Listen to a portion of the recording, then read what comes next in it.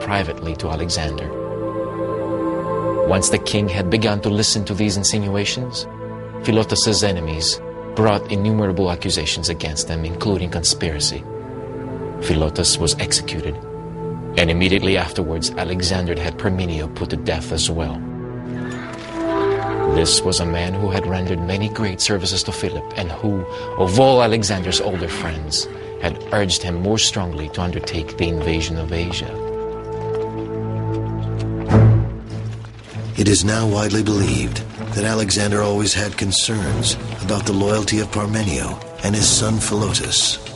For all practical purposes, the account given to him by Antigone gives Alexander the opportunity to take strong action he may have been considering for years.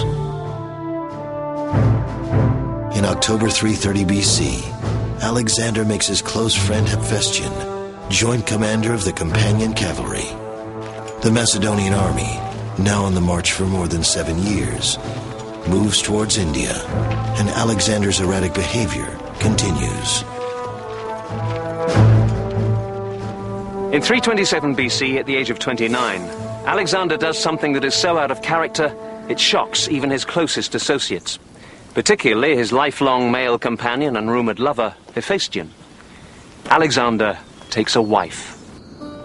This is Roxana, the beautiful daughter of Oxyates, a baron whose mountain stronghold of the Sogdian rocks has been captured by Alexander. But why does Alexander marry? Well, it's a good political alliance with the local nobility, and there's a chance of producing a legitimate heir for his vast empire. But some ancient historians write that Alexander may indeed have had genuine romantic feelings for Roxana. Men who took part in the campaign used to say she was the loveliest woman they had seen in Asia. Alexander fell in love with her at sight, but captive though she was, he refused, for all his passion, to force her to his will, and condescended to marry her. Alexander confounds his associates even further when he decides that those under his rule should honor an ancient Persian tradition. For the ruler of the Persian Empire, it was essential to be seen to receive proskynesis from his subjects. Now, for the Persians, this is a matter of respect, a simple kiss of the hand. It could be combined with a bow, or with kneeling, or even prostration, face down on the ground. But for the Greeks, this gesture is a form of worship exclusively reserved for the gods.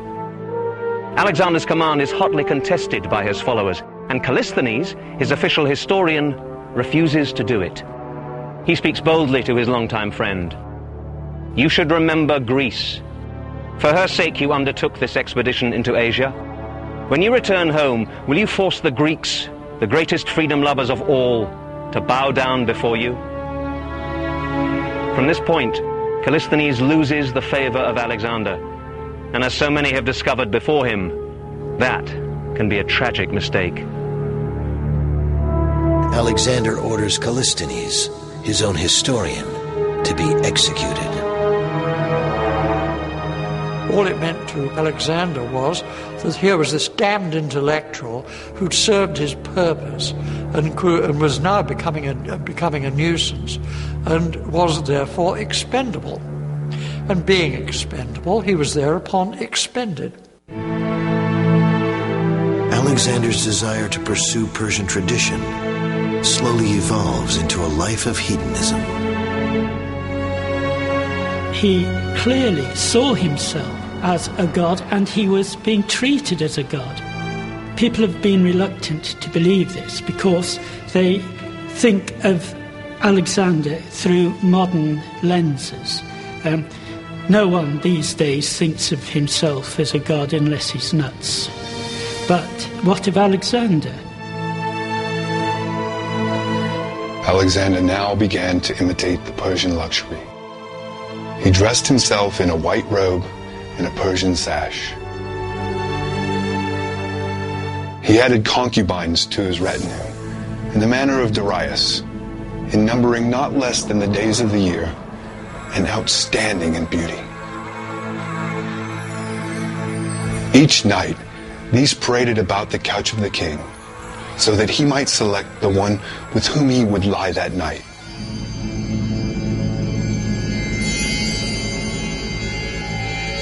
Alexander could better cope with warfare than peace and leisure. As soon as he was free of these worries that beset him, he yielded to dissipation, and the man whom the arms of Persia had failed to crush fell before its vices. There were parties early in the day, drinking and mad revelry throughout the night. It was a general decline into the ways of the foreigner. By affecting these as though they were superior to those of his own country, Alexander so offended the sensibilities and eyes of his people that most of his friends began to regard him as an enemy. His long-sought conquest of Asia complete, Alexander continues to want more. In early 326 BC, he begins a campaign in India, where King Porus attempts to stop him at the river Hydaspes.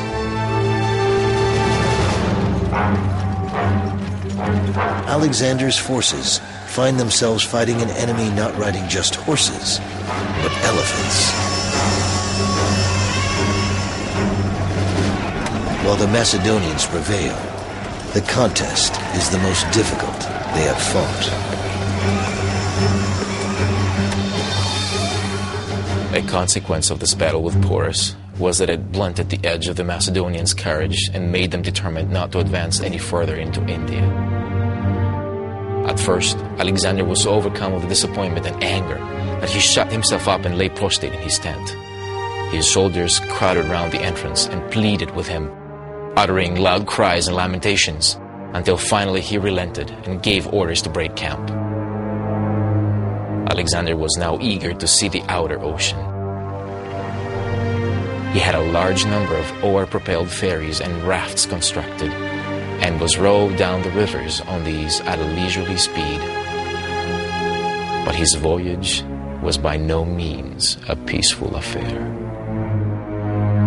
As Alexander travels downstream, he will land, assault the cities near the banks, and subdue them all. Then comes the walled city of Mali, home of the independent tribe of Malians. Alexander neared the city and thought to take it by storm.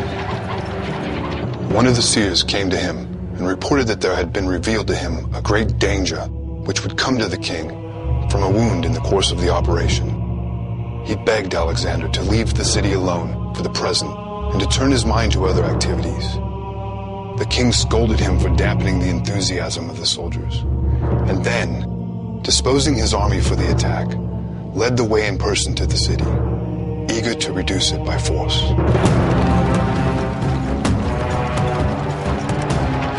Alexander stationed his infantry in a ring around the outer defenses and moved up in close formation.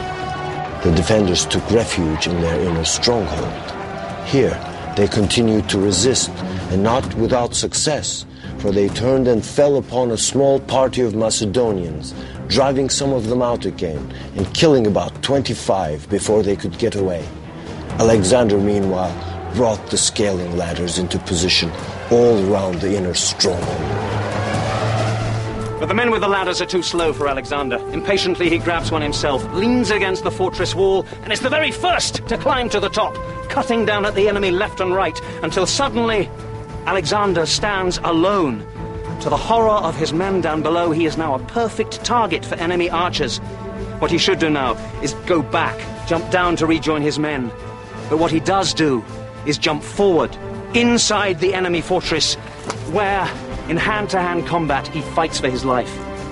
Horrified, the Macedonians rush for the walls in such numbers they break their own ladders. Only 3 of them manage to join him inside the fortress, including the bearer of Alexander's Trojan shield. 2 of the Macedonians are cut down by the enemy, and Alexander himself receives an arrow which penetrates his body armor and pierces his lung. The 4th Macedonian defends his leader with the great shield of Troy. Desperately, Alexander's army finally manages to scale the walls, and they witness an impossible sight. Their invincible leader